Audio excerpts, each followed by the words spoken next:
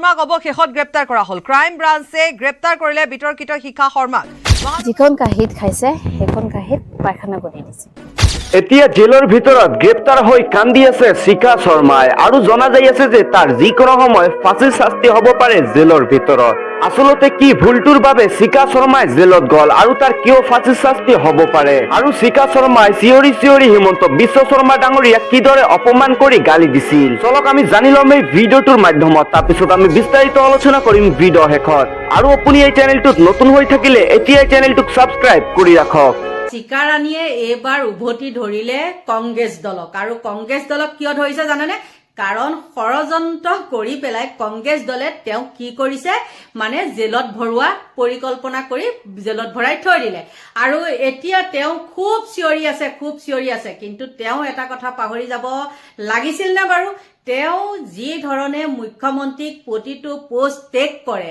ডাঙৰ police অফিচাৰসকলক tech কৰে আমাৰ কি বুলি কয় পিজুজ হাজৰিকাক টেক কৰে গতিকে তেওঁলোকৰ ৰক্ষণাবেক্ষণতে তেওঁ ইমান দিনে টিঘিলঘিলনি কৰি আছিল আৰু সেই মুখ্যমন্ত্ৰীও কেনেকুৱা ধৰণৰ মানে মানুহ তেওঁ পাহৰি গ'ল তেওঁ কি ধৰণে সেই শিখায়ে মানুহৰ আগত অপমান কৰিছিলে আৰু মুখ্যমন্ত্ৰীয়ে হয়তো সেইবিলাক কথা ধৰি নাথাকে কাৰণে ইমান দিনে তেওঁক মুকলি আকাশৰ তলত মানে চৰি ফুৰিবলৈ দিছিলে চৰি ফুৰাৰ বুলিয়ে ক'ব লাগিব কাৰণ তেওঁ এগৰাকী বেলবেলাই ফুৰা মানে কি একদম মাইকী ছাগলী আৰু সেই মাইকী ছাগলীজনীয়ে যেতিয়া বেলবেলাই ঘূৰি ফুৰিছিলে তেতিয়া আমাৰ মুখ্যমন্ত্ৰীয়ে চকু কাণ মুদি আছিলে কাৰণ সেই মুখ্যমন্ত্ৰীকো কিন্তু এসময়ত তেওঁ এৰি দিয়া নাছিলে আৰু কি কাৰণেনো তেওঁৰ লগত ইমান দিনে তেওঁক মানে জেলত ভৰোৱা নাছিলে সেইটো ভগৱানে জানে কিনো যোগসূত্ৰ আছে বা কিবা নিশ্চয় থাকিব লাগিব নহলে মানে কি বুলি কয় গৰিমা গাৰ্গে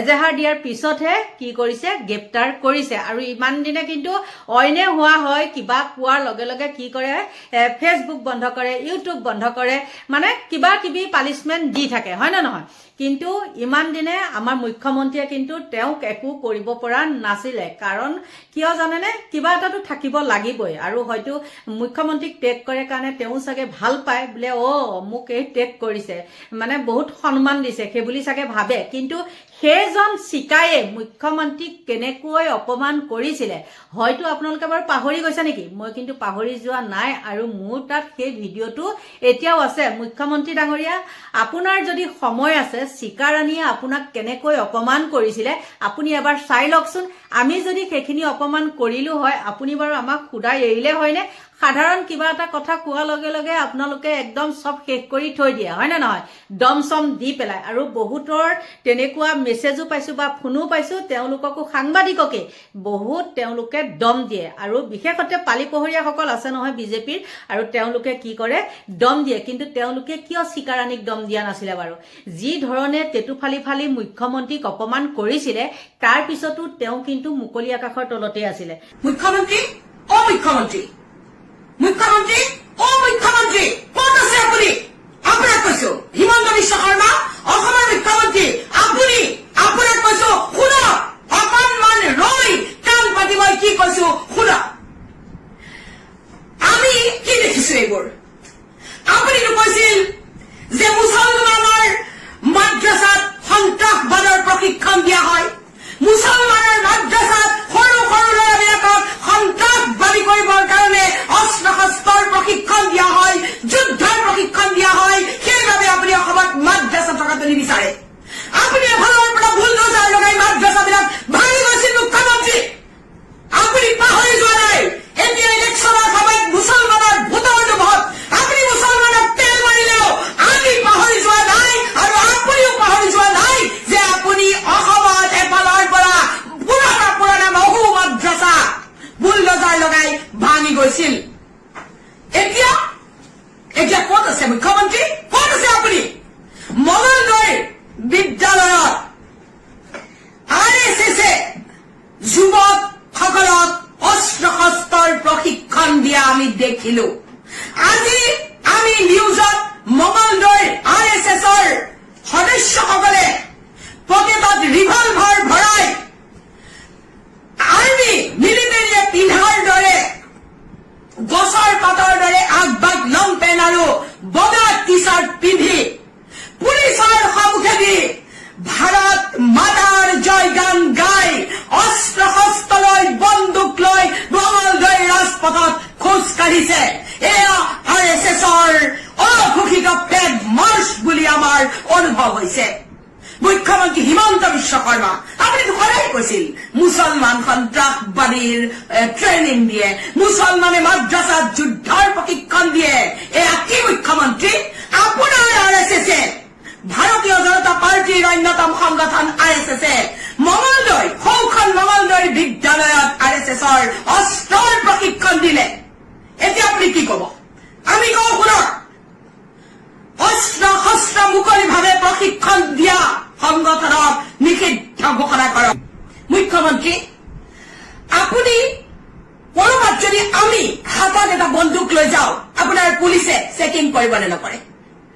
অসম পুলিচ আপোনাৰ, অসম পুলিচে আজি মঙলদৈৰ ইমানখিনি অস্ত্ৰ শস্ত্ৰ সহিত প্ৰচেছন কৰা লোকক এৰেষ্ট নকৰিলে কিয়? মুখ্যমন্ত্ৰী মঙলদৈৰ বিদ্যালয়খনৰ প্ৰধান শিক্ষকে অস্ত্ৰ শস্ত্ৰৰ প্ৰশিক্ষণ দিয়াৰে কেম্প কৰিবলৈ RSSক অনুমতি কিয় দিলে? অতি শীঘ্ৰে মঙলদৈৰ সেই বিদ্যালয়খনৰ প্ৰধান শিক্ষকক গ্ৰেপ্তাৰ কৰক আৰু তেওঁক চাকৰিৰ পৰা বৰ্খাস্ত কৰক। মঙলদৈৰ SPয়ে এটা সংগঠনে অস্ত্ৰ শস্ত্ৰ লৈ প্ৰশিক্ষণ দি থাকোতে মঙলদৈৰ SPয়ে তাক বাৰণ নকৰিলে কিয়? মঙলদৈৰ পুলিচ সেই শোভাযাত্ৰাটোৰ সন্মুখত থিয় হৈ থাকিল কিয়? মুখ্যমন্ত্ৰী ইয়াৰ অৰ্থ কি? মুখ্যমন্ত্ৰী আপুনি লগাই দিছে যাতে RSSে অস্ত্ৰ শস্ত্ৰৰে বজ্ৰ নিনাদ কৰি ভাৰত মাতা কি জয় ধাৰিলে ভাৰত মাতাৰ জয় কোৱা নাই। তেওঁলোকে এচাম মানুহক ভয় ভীত খুৱাইছে, এচাম মানুহক জম দিয়াৰ চেষ্টা কৰিছে আৰু যাৰ বাবে লোকসভাত আপোনালোকে অনৈতিক পদ্ধতিৰে জিকিব পাৰে তাৰ বাবে আপোনালোকে প্ৰেক্টিচ কৰিছে। এই প্ৰেক্টিচ বন্ধ কৰক মুখ্যমন্ত্ৰী। RSSক অস্ত্ৰ মুকলিকৈ লৈ পুৰা RSSক নিষিদ্ধ ঘোষণা কৰক, নহলে কিন্তু অসম মণিপুৰ সহ্য দিবলৈ বেছি সময় নালাগিব। মুখ্যমন্ত্ৰী আপোনাৰ এই চৰণত আমি বহুত সাম্প্ৰদায়িক সংঘৰ্ষৰ উমান পাইছো। মুখ্যমন্ত্ৰী আপুনি মোক ফেচবুকত লিখা এটা সামান্য কথাৰ বাবে এমাহ 5 দিন জেলত ভৰাই থলে, মোক বেমাৰী কৰি পেলালে, মই অসুস্থ, কিন্তু RSSে মুকলিকৈ অস্ত্ৰৰ প্ৰশিক্ষণ দিছে। আপুনি নিমাত কিয় মুখ্যমন্ত্ৰী? এই প্ৰশ্নৰ উত্তৰ দিয়ক। আপোনাক কোনো কাৰণতে আমি অসমত সাম্প্ৰদায়িক সংঘৰ্ষ হবলৈ নিদিওঁ, প্ৰয়োজন হলে আমি নিজে মৰি যাম, তথাপিও আপুনি কৰা জালত আমি কোনো নিৰপৰাধী মানুহৰ মৃত্যু হবলৈ নিদিওঁ। অসমত আপুনি যিমানেই চেষ্টা নকৰক সাম্প্ৰদায়িক সংঘৰ্ষ হব নোৱাৰে। অসমৰ ৰাইজৰে আহ্বান, RSSৰ এই প্ৰশিক্ষণৰ বিৰুদ্ধে আপোনালোকে মুকলিকৈ প্ৰতিবাদ কৰক, নহলে সম্প্ৰীতিৰ অসমত শ্বহীদৰ শাৰী শাৰী লাইন লাগিবলৈ বেছি সময় নাথাকিব। অসমৰ সকলোৱে RSSৰ এই মুকলি অস্ত্ৰ প্ৰশিক্ষণৰ বিৰোধিতা কৰক। জানাই যে কালি গৰিমা মায়ে গৈ FIR জাজ কৰিছে, FIR লিখিলে, তাৰ বাবে এৰেষ্টো হ'ল। তো এৰেষ্ট হোৱাৰ কাৰণে বহুতে সুখী হ'লো, বহুতে ভাল পালো, বহুতে শান্তি লাগিলে মনত যে পাপাৰ বিষয়ে ইমান বেয়া বেয়াকে লিখা পিছত, যিহেতু নেকি পাপাক চবে অসমৰ সম্পত্তি বুলি ভাবে, চবে অসমৰ সম্পত্তি হয় পাপা। তো পাপাৰ বিষয়ে ইমান বেয়া বেয়াকে লিখা পিছতো অসমে মানে মনে মনে আছে, একো কৰা নাই। তাৰ কাৰণটো কি হয় সেইটোতো চবে মানে ডাউট কৰি আছে। অসমৰ সম্পত্তি যিটো গড়, কাজিৰঙা, চবে জানে কাজিৰঙা আছে, তাত গড় চৰ আছে, বা অসমৰ চাহ বাগিচা ঢেৰ কিবা কিবি আছে অসমত। তো এই সম্পত্তিটোত যদি কোনোবা অকণমান কিবা এটা কৰি দে, ইহঁতক জেলত ভৰাই ভৰাই ৰঙা নীলা কৰি দিব, ঠিক আছে। তো এনেকা ক্ষেত্ৰত পাপাৰ কথা ইমান বেয়া বেয়াকে ইমান দিনৰ পৰা কৈ আছে, লিখি গৈ আছে। তো ই কবৰ কাৰণে সাহস ক'ত পৰা পালে? ইমানখিনি সাহস ক'ত পৰা পালে? কোনোবা তাৰ বেকগ্ৰাউণ্ডত আছে নেকি? মোৰ কাৰণেতো আছে যেন লাগিছে, কাৰণ বেকগ্ৰাউণ্ডত যদি কোনোবা নাথাকে পালে, ইমানখিনি সাহস ক'ত পৰা পালে? কোনোবা তাৰ বেকগ্ৰাউণ্ডত আছে নেকি? মোৰ কাৰণেতো আছে যেন লাগিছে, কাৰণ বেকগ্ৰাউণ্ডত যদি কোনোবা নাথাকে, কোনোবা ছাপৰ্টত নাথাকে, তেনেহ'লে ইমানখিনি সাহস নাপালে হয়। তবে বিশেষকৈ অসমৰ সম্পত্তিৰ বিষয়ে এনেকা কথা ক'বলৈ। আৰু ইমানখিনি বিয়া বিয়া কোৱা পিছতো মনে মনে থকাটো সেইটো এটা ডাউট, মোৰ ডাউট। আৰু অকল মোৰ বুলি নহয়, বহুত মানুহৰে ডাউট। কাৰণ অকমান কথাৰ কাৰণে কিছুমানক জেলত লৈ গ'ল, জেল সোমোৱালে, কিছুমান ওলালে, কিছুমান এতিয়ালৈকে জেলত আছে, ওলাই দিয়া নাই সিহঁতক। ইমান অকমান কথাৰ কাৰণে ইহঁতক যদি সোমাব পাৰিলে, এই ইমান দিনৰ পৰা ইমানখিনি লিখি আছে, ইমানখিনি বিয়াকে কৈ আছে, তাক কিহৰ কাৰণে একশ্যন লোৱা নাছিল? সেইটোতো এটা প্ৰশ্ন থাকিল, আৰু এইটোতো এটা ডাউট থাকিল। আৰু যিহেতু কি পাপা ঢুকাই যোৱাৰ পিছত পাপাক এৰি দিয়া নাই, পাপাৰ বদনাম গাবলৈ, প্লাছ মাকো বদনাম গালে, মাকো লৈ আনিলে। তাৰপিছত মাজত আহিলে ককাকো ক'লে, তাৰপিছত পিহিকো কৈছিলে, পিহিৰো কথা বিয়াকে কৈছিলে। তো গোটেই ফেমিলিক মানে বিয়াকে কৈ আছে, এটাৰ পিছত এটা। তো তেনেকা হোৱাৰ পিছত মানে কিহৰ কাৰণে ষ্টেণ্ড লোৱা নাছিলে, মানে একশ্যন লোৱা নাছিলে চৰকাৰে? সেইটো এটা প্ৰশ্ন থাকিল। আৰু কথাটো হৈছে যে মই জানো বহুত মানুহে জুবিন বাবাক মৰম কৰে, ভাল পায়, হিয়াৰ আমঠু হয়। তো কিছুমানে যোনে ভাল পায় বুলি কয় জুবিন বাবাক, কিছুমান দেই, চবকে নাই কোৱা, তো কিছুমান যোনে জুবিন বাবাক ভাল পায় বুলি কয়, ইহঁতেও মানে ইমান বেয়াকে কমেণ্ট কৰে, কোৱেশ্যন কৰে। ভাল পায় বুলি কয়, আৰু ভাল পায় বুলি কয়ও, আৰু তাৰপিছত বনাম গাই ফুৰি থাকে। তো কিহৰ কাৰণে? যদি আপোনালোকে, আমি সেনেকা হয় ন, যদি আমাৰ দুশ্মন, আমাৰ এনিমিজ, দুশ্মনৰ লগতো যদি আমি বিয়া পাওঁ, তাৰ ঘৰত যদি আজি কিবা এটা মানে দুৰ্ভাগ্য হ'ল, দুখৰ খবৰ হ'ল, তেতিয়া আমি ইহঁতক সান্তনা দিওঁ দেই। মানে একেবাৰে ভাল নাপাওঁ, কিন্তু ইহঁতৰ দুখৰ সময়ত আমিও দুখত মিলি যাওঁ। তো সেই ঠিক তেনেকাই আপোনালোকেতো জুবিন বাবাক নিজৰ হিয়াৰ আমঠু বুলি ভাবে। তো নিজৰ হিয়াৰ আমঠুক কোনোবা বদনাম গাই থাকাত আপোনালোকে মনে মনে থাকিব পাৰিছা? প্লাছ লগতে কিছুমানে তাৰ লগত মিলি আৰু বিয়াকে কৈছে, মানে আৰু বিয়াকে বদনাম গাইছে।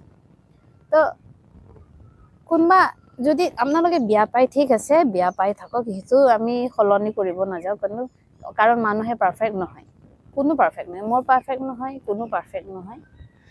তো চবৰে কিবা নে কিবা এটা থাকে, কিন্তু সেই বুলি যিটো সময়ত মানুহে চিচুৱেশ্যনৰ ওপৰত কথাটো, চিচুৱেশ্যন এনেকা পৰিৱেশ হোৱা টাইমত কি ক'ব লাগে বা কি ক'ব নালাগে, যদি ক'ব মন নাই, ক'ব নালাগে, আমি এটলিষ্ট মনে মনেতো থাকি দিব লাগে। যদি একো কৰিব পৰা নাই, মনে মনে থাকি দি হ'লেও এটা চিম্পেথি দেখাই দিব লাগে। এনেকা সময়ত আপোনালোকে মাৰ বদনাম গাই ফুৰাতকে, পাপাৰ বদনাম গাই ফুৰাতকে, দেউতা ককায়ৰ বদনাম গাই ফুৰাতকে, মাহেৰ কথাবোৰ উল্টা পুল্টা লগাতকে, তাতকেতো বেষ্ট আপোনালোকে এটলিষ্ট অকণমানো মানে মানৱতা দেখাই, চিম্পেথি দেখাই দিলেও বহুত ভাল লাগিলে হয়। যদি আপোনাৰ ঘৰত যদি এনেকা কোনোবা ঢুকালে হয়, আপুনি ইহঁতৰ বদনাম গাই ফুৰিলে হয় নে ইহঁতক চিম্পেথি দেখালে হয়? ইহঁতৰ দুখৰ সময়ত আপুনি একলগ হৈ দুখত সোমাই গ'লে হয়। তো ঠিক তেনেকা এতিয়া যিটো চিচুৱেশ্যন চলি আছে, বহুত মানুহে মোক কয় কেনেকা চিচুৱেশ্যনত ভিডিঅ' পষ্ট কৰিব লাগে, কেনেকা থাকিব লাগে, এইখিনি নাজানো। ঠিক আছে, মই নাজানো, মইতো একেবাৰে নাজানো। আপুনি কিমানখিনি জানে? কোনটো চিচুৱেশ্যনত কাক কেনেকা কমেণ্ট কৰিব লাগে, কোনটো চিচুৱেশ্যনত কাৰ লগত কেনেকা থিয় হৈ থাকিব লাগে, এইখিনি ক'ত গ'ল? তো যিয়ে নহওক বন্ধুসকল, আপোনালোকে ভিডিঅ'টো শেষলৈ চোৱাৰ পিছত আচলতে বুজি পালে যে শিখা শৰ্মাক কিয় গ্ৰেপ্তাৰ কৰিছিলে, আৰু তাৰ কিয় ফাঁচী শাস্তি হ'ব গৈ আছে সুপ্ৰিম কোৰ্টৰ আদেশত, আৰু সি কিয় হিমন্ত বিশ্ব শৰ্মা ডাঙৰীয়াক চিঞৰি গালি দিলে। কি গোপন ৰহস্য আছিল শিখা শৰ্মাৰ হিমন্ত বিশ্ব শৰ্মা ডাঙৰীয়াক অপমান কৰালৈকে? তো যিয়ে নহওক বন্ধুসকল, ভিডিঅ'টো সম্পূৰ্ণ চোৱাৰ পিছত আপোনালোকৰ অতি মূল্যৱান মন্তব্যটো কি এইটো কমেণ্ট বক্সত জনাওক। আৰু ভিডিঅ'টো ভাল লাগিলে এটা লাইক মাৰি চেনেলটো ছাবস্ক্ৰাইব মাৰি অৱশ্যই ভিডিঅ'টোক এটা শ্বেয়াৰ মাৰি দিব। ধন্যবাদ।